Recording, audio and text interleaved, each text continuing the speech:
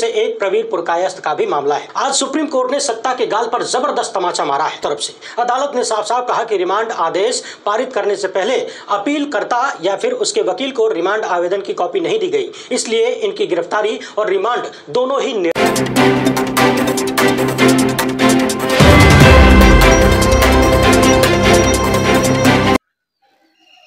আপনারা আম্বুজ কুমারের কয়েক সেকেন্ডের ভিডিও দেখলেন, 15 সেকেন্ডের বেশি দেওয়া যায় না, সেটা কপিরাইটের ভেতরে পড়ে যায়। ভাবনা মুখের আরেক এপিসোডে সবাইকে স্বাগত। এই দেশটা অ্যাকচুয়ালি 140 কোটি প্লাস লোকেদের, তাদের স্বপ্নের, তাদের কাজের, তাদের চাকরি না পাওয়ার, তাদের না খেয়ে মারা যাওয়ার, তাদের কিডন্যাপিং, তাদের রক্তদান, তাদেরকে নিয়ে অঙ্গ পাচার, এরকম অনেক কিছু। ভারতবর্ষের গভর্নমেন্টরা আমাদেরকে অনেকগুলো রাইট দিয়েছিল, সেগুলো বিজেপি এসে আস্তে আস্তে কাটতে শুরু করে। তাও আমাদের দেশ বুঝতে পারে না যে তারা আগেনস্ট দ্য পিপল কাজ করছে। যখনই একটা জিনিসের দাম বাড়িয়ে দেওয়া হয়, যখনই একটি খাবারের উপরেও ট্যাক্স নেওয়া হয়, তখনই বুঝে নেওয়া উচিত ছিল যে এটা গভর্নমেন্ট না, এটা অ্যান্টি পিপল কাজ করছে। গভর্নমেন্ট হলে সে সবসময় চেষ্টা করবে নাগরিকদের সুরক্ষা, নাগরিকদের পড়াশোনা, নাগরিকদের স্বাস্থ্য, নাগরিকদের জন্য বাড়ি। 2014-তে কেউ যদি বলে আমার স্বপ্ন 2022-এ এসে সবাই বাড়ি পেয়ে যাবে, সে স্বপ্নের 0.5% বা 5%ও কমপ্লিট হয়নি।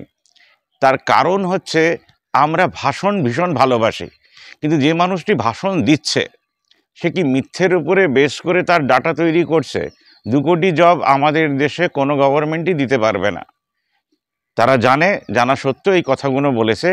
তাই বলছে যে আমাদের দেশে ইলেকশন প্রমিস করা যায়, আমাদের ইলেকশন চলছে, তাই আপনাদেরকে মনে করিয়ে দিই। কিন্তু এই দেশটা 140 কোটির।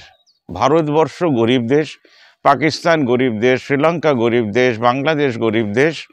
তো আপনার কি মনে হয় যে এতগুলো দেশের গভর্নমেন্টে একটা মানুষকেও খুঁজে পাওয়া যায়নি এই 75 বছরে যে দেশের মানুষ যদি বড়লোক হতে পারত?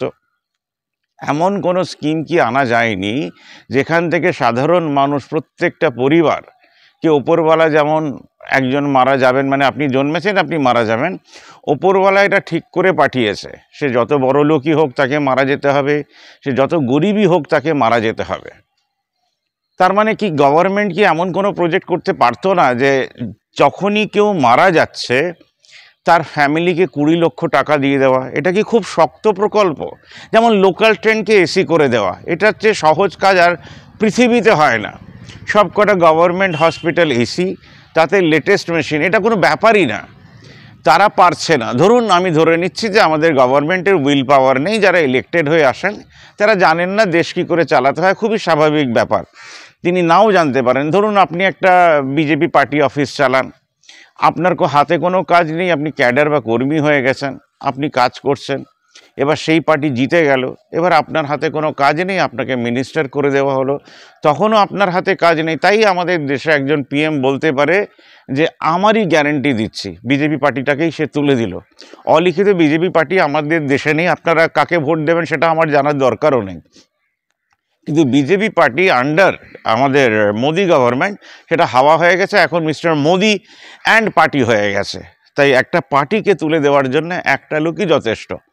ফিরে আসে, এমন কোনো গভর্নমেন্ট স্কিম কি করা যেত না যে প্রত্যেকটা মানুষ যখন মারা যাচ্ছে তার পরিবারকে 20 লক্ষ টাকা?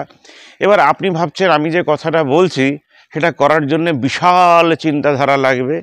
আপনি ভেবে দেখুন 3000 লোক, যে কোনো পার্টিকে ধরে নিন, যে কোনো party, Congress, CPM, DFI, SUCI, Bahujan Samaj party, আরও যে ছোট ছোট পার্টি আছে, 3000 করে ইউনিট, মাসে মাত্র 100 টাকা করে দিচ্ছেন। 3 লক্ষ টাকা প্রতি মাসে জমছে, বছরের শেষে 36 লাখ টাকা। 20% সেই সংস্থাকে চালানোর জন্যে, লোকেদেরকে বেতন দেওয়ার জন্যে, একটা অনলাইন চ্যানেলকে চালানোর জন্যে। বাদ বাকি টাকাটা আপনাদের বাড়িতে কেউ মারা গেল, গভর্নমেন্টকে দেহ দান করে এসে সার্টিফিকেটটা জমা দিলেন। 3000 ফ্যামিলিতে যদি 50 জনও মারা যায়, 36 লাখ টাকার 20% বাদ দিয়ে সেটা তাদের ভেতরে ডিভাইড করে দেওয়া হলো। আপনি ধরুন হাতে 2 লাখ টাকা পেয়েছেন, পরের মাস থেকে 100 টাকা চাঁদা প্লাস 200 টাকা আপনি ফেরত দিচ্ছেন। কেন দিচ্ছেন? কারণ আপনার ফ্যামিলিতে আবার 10 বছর পরে কেউ মারা যাবে, তখন আবার আপনি 4 লাখ টাকা পেতে পারেন বা 6 লাখ টাকা পেতে পারেন। 36 লক্ষ টাকা দিয়ে যে গল্প শুরু হবে সেটা নিশ্চয়ই 10 বছর পরে 36 ইন্টু 10 প্লাস টাকাগুলো ফিরে আসছে। মানে আমরা যে 200 টাকা করে দিচ্ছি 36-এর জায়গায় 72 লাখ আমরা জমা করছি। এইভাবে আস্তে আস্তে আমাদের টাকা বাড়তে থাকবে। যে কোনো গভর্নমেন্ট তার যখন ফাইন্যান্স প্ল্যান করে এটাই তার সবচেয়ে প্রথম প্ল্যানিংয়ে ছিল যে ভারতবর্ষের প্রত্যেকটা গরিব মানুষের কাছে কি করে পৌঁছাবো, তাদের হাতে কিভাবে টাকা তুলে দেব যে সব গরিব মানুষই বড়লোক হবে। তার সঙ্গে নিশ্চয়ই জন্ম নিয়ন্ত্রণ আসবে, যে 2টোর বেশি বাচ্চা জন্ম দেবেন না, তাহলে 3rd বাচ্চার জন্য আমরা 20 লাখ টাকা দিতে পারবো না তিনি যখন মারা যাবেন। বৃদ্ধাশ্রমে কাউকে যেতে হবে না, কারণ বৃদ্ধাশ্রমে পাঠালে এই 20 লক্ষ টাকা পাবেন না, কারণ বয়সের সঙ্গে সেটা আবার হয়তো 75 বছর পরে এই 20 লক্ষটা হয়তো 1 কোটি টাকা হয়ে যেতে পারে। এরকম কিছু সিস্টেম কি আমরা আনতে পারতাম না? দেহদান মানে হচ্ছে আমাদের দেশে কিডন্যাপিং হয় অঙ্গ পাচারের জন্য, মানে অঙ্গের জন্যে। কোনো পেশেন্টের কিডনি চাই, এবার কিডনি তো নেই ভারতবর্ষে, দেহদান করা হয় না, নয় জ্বালিয়ে দেওয়া হয়, নয় কবর দিয়ে দেওয়া হয়। আপনার শরীর আরও 5 জনের কাজে লাগতে পারে, এটা নিয়ে আমাদের দেশে সেই অর্থে মুভমেন্ট নেই। যাই দেখছেন চারিদিকে 0.26%, যেটা আমেরিকাতে 26%। তাহলে অ্যাক্সিডেন্টের সময় কেউ মারা গেলে 2 লাখ বা 5 লাখ টাকা দেওয়া হয়, রেলের অ্যাক্সিডেন্ট হলে 10 লাখ টাকাও মাঝে মাঝে দিয়ে দেওয়া হয়, সময় অনুযায়ী ইলেকশন চললে একটু বেশি দেওয়া হয়। কিন্তু নর্মাল কোর্সে মানুষ মারা যাচ্ছে, দেহদান করছে, তার মানে গরিবও দেহদান করতে পারবে, বড় লোকেরাও পারবে, মিডল ক্লাসের লোকেরাও পারবে। তাহলে এমন একটা স্কিম আমাদের দেশে যে কোনো পার্টি তার পার্টি ক্যাডারদেরকে নিয়েও কি করতে পারে না? আজকে ব্লাড ডোনেশন ক্যাম্প নিয়ে প্রচুর সংস্থা আছে, তারা কি এটা শুরু করতে পারেন না? মানুষের পাশে দাঁড়ানোর জন্যে এমন কি সবসময় নোবেল প্রাইজ উইনারই চাই? আজকে আমাদের দেশে mid day meal fail, 55,000 school বন্ধ। সেই স্কুলের যে মিড ডে মিলের টাকা কখনো আমরা জিজ্ঞেস করেছি এটা কার খাতায় যায়? গঙ্গা অ্যাকশন প্ল্যানের টাকা কার খাতায় যায়? নির্ভয়া ফান্ডের টাকা কার খাতায় যায়? এরকম হাজারো হাজারো হাজারো কোটি টাকার ওয়েস্ট তৈরি হচ্ছে।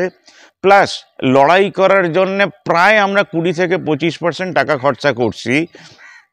তাহলে কি এই প্রশ্ন কোনোদিন উঠবে না যে ভারতবর্ষ লড়াইয়ের জন্য এত টাকা স্যাংশন করতে পারে, তাহলে মানুষের পাশে দাঁড়ানোর জন্য কোনো টাকা নেই কেন? ভারতবর্ষের সাধারণ মানুষের পাশে দাঁড়ানোর জন্য কোনো টাকা নেই কেন? সেই 5 কেজি চাল, নিশ্চয়ই তো এমন একটা সিস্টেম আসবে যেখান থেকে প্রত্যেকটা মানুষ বড়লোক হবে। আমাদের দেশে গভর্নমেন্ট কবে করবে না করবে সেটা তো পরের ব্যাপার, পার্লামেন্টে ডিবেট হবে কি হবে না আমার এই এপিসোড নিয়ে পরের ব্যাপার। কিন্তু আপনারা যারা শুনছেন তাদের পার্টির ক্যাডারদের সঙ্গে এটাকে নিশ্চয়ই করে শেয়ার করবেন। শেয়ার করলে আমি যদি দেখি যে আমার এই এপিসোড 1 কোটি 2 কোটি 4 কোটি 6 কোটি ক্রস করেছে, তাহলে বুঝে নিতে পারবো যে আমাদের দেশের মানুষের জাগরণ হচ্ছে। দেশ মানে দেশ চালাচ্ছে কারা? এটা সাধারণ মানুষ। তারা যদি তাদের আইকিউ ইউজ না করে, বুদ্ধি ইউজ না করে, তাহলে দেশ গরিব থাকবে। কোনো প্রাইম মিনিস্টার, কোনো চিফ মিনিস্টার, কোনো ফাইন্যান্স মিনিস্টার, কোনো হোম মিনিস্টার আপনার ভালো চান না বলেই দেশেরও ভালো হয়নি। নিজেরটা বুঝে নিন। নিজের পার্টি ক্যাডার যদি হন, পার্টি অফিসে গিয়ে এই এপিসোডটা দেখিয়ে নিজেরাই এই প্রকল্প শুরু করুন। তার জন্য ভাবনামুখে কিছু দিতে হবে না। সাধারণ মানুষের লড়াই হচ্ছে ভাবনামুখ। আপনার মুখ, আমার মুখ, সবার মুখ।